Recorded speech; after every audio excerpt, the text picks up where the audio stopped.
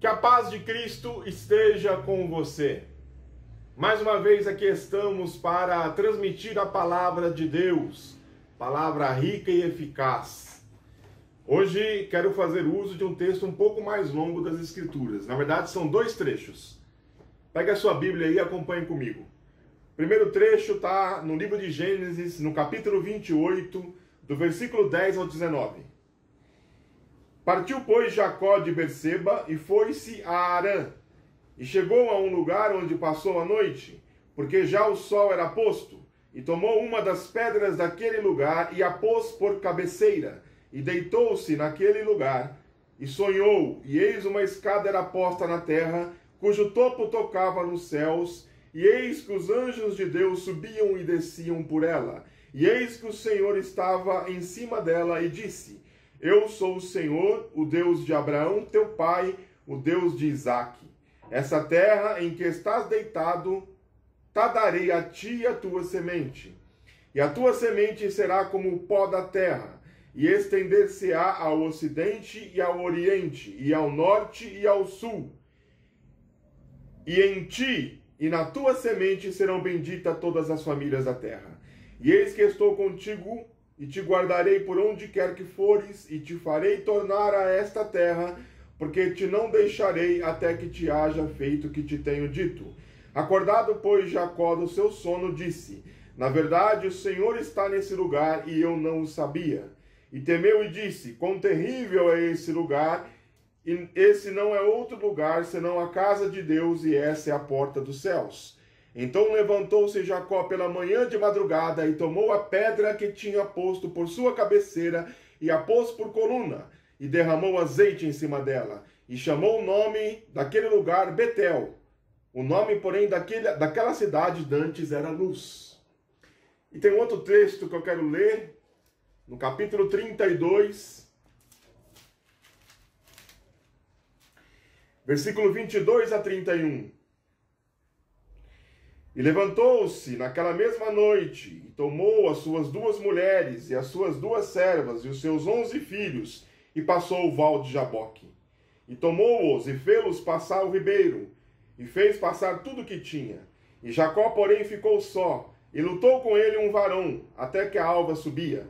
E vendo que não prevalecia contra ele, tocou a juntura de sua coxa, e se deslocou a juntura da coxa de Jacó, lutando com ele.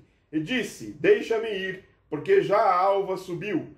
Porém ele disse: Não te deixarei ir, se não me abençoares.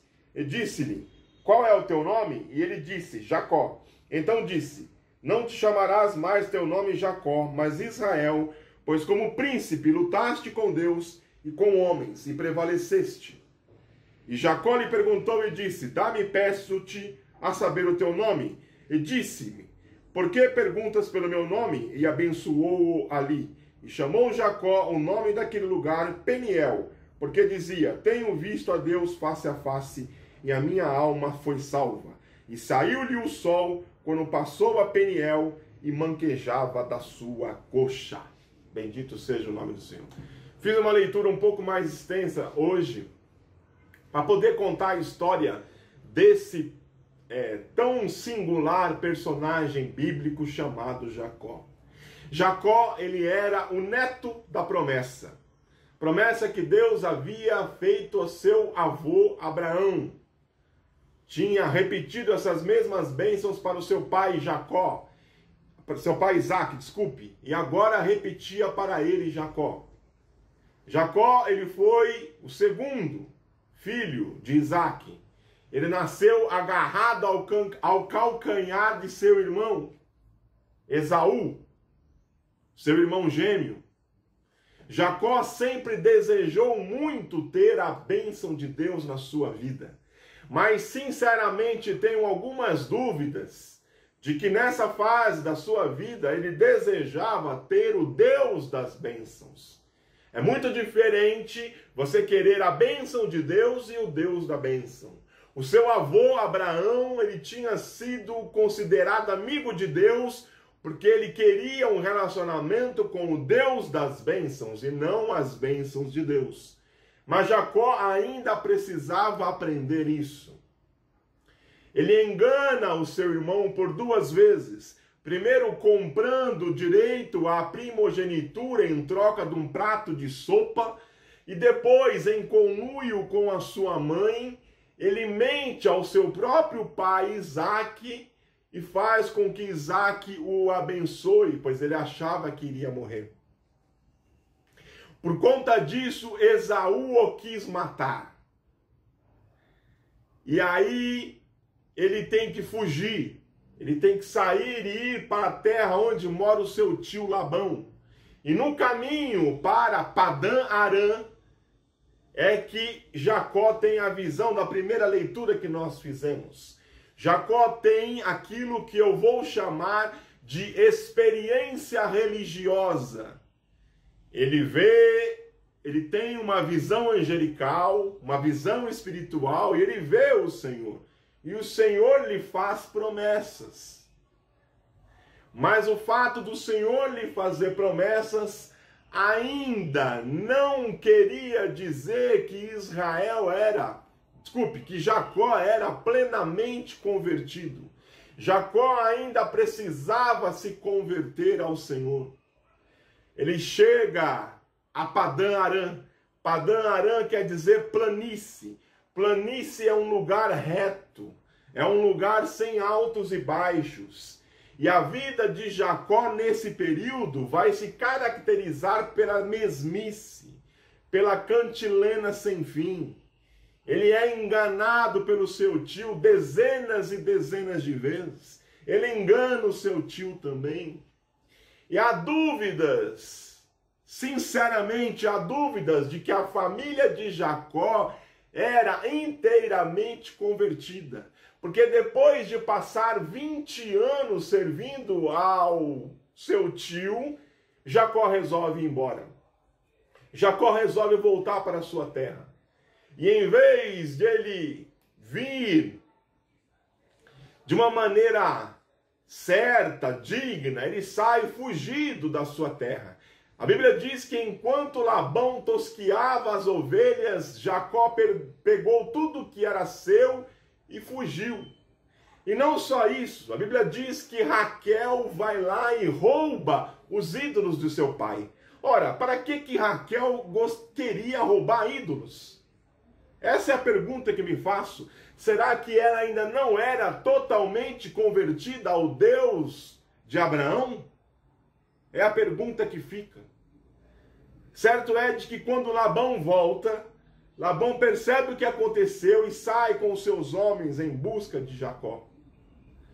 Só que uma das noites que ele estava na captura, Deus avisa em sonho para Labão: olha, quando você chegar e você encontrar Jacó, não fale bem nem mal dele. Acho triste quando Deus tem essa referência a uma pessoa. É como se Deus estivesse dizendo: tanto faz, não faz diferença. Mais uma prova de que, na minha opinião, Jacó ainda não estava totalmente convertido ao Senhor.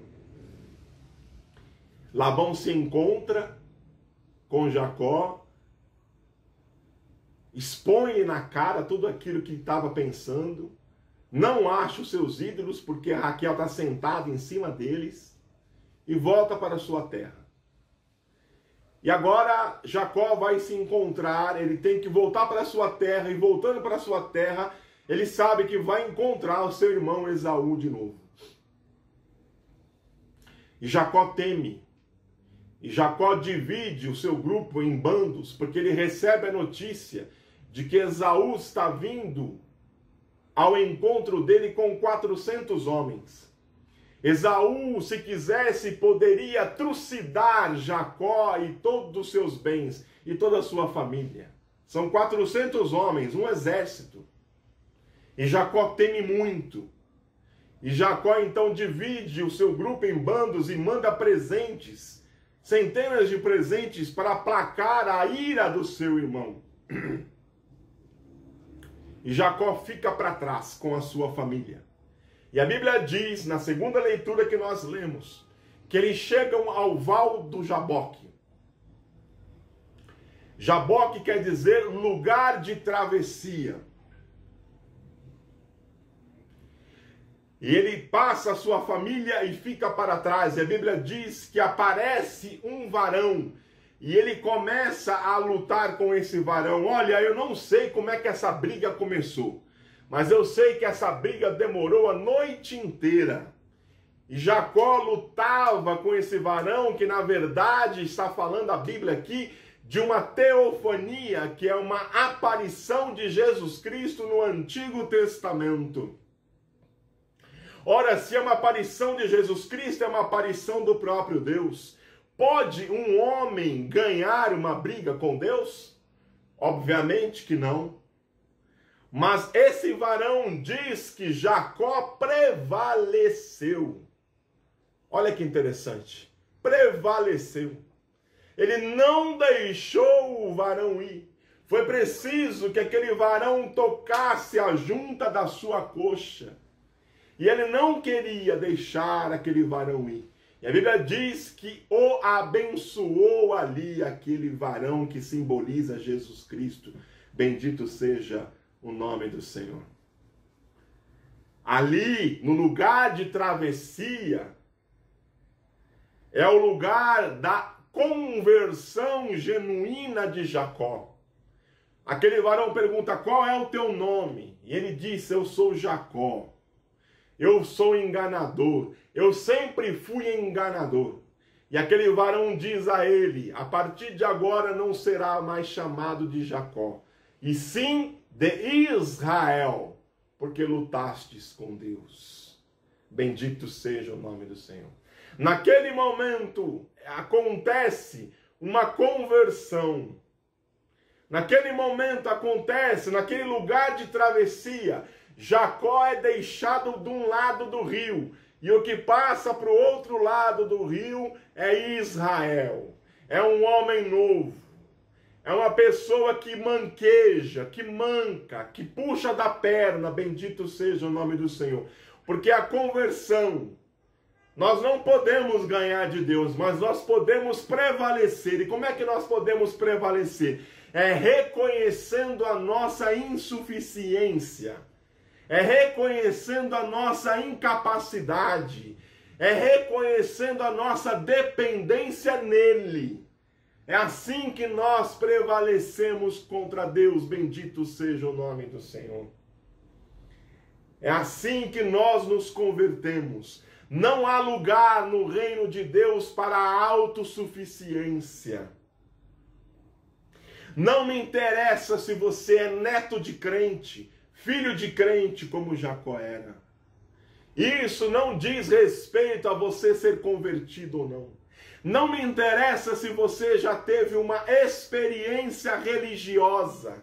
Na Bíblia há muitos personagens que tiveram uma experiência religiosa e ainda assim não foram salvos, e ainda assim não foram convertidos. O que me interessa é que você tenha tido uma conversão genuína, é que você tenha passado o val do Jaboque, é que você tenha deixado para trás o velho homem, e que agora você é um novo homem em Cristo.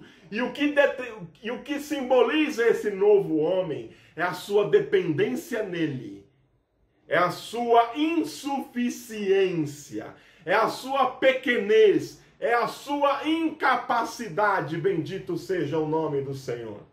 Que você possa pensar nisso, que você possa meditar nisso, naquilo que você é em Deus. Bendito seja o nome do Senhor. Nós somos Israel de Deus. Não me importa se você manqueja da sua perna. Não me importa que você manque na presença de Deus. O que você não pode ser é autossuficiente. O que você não pode ser é enganador. Nós, cristãos, podemos manquejar na presença do Senhor. Mas nós manquejamos assim como Mefibosete na presença de Davi, mas nós fazemos parte do banquete do rei. Podemos ser aleijados, mas fazemos parte da mesa do rei. Bendito seja o nome do Senhor. Que você possa meditar nisso e que Deus abençoe a sua vida em nome de Jesus.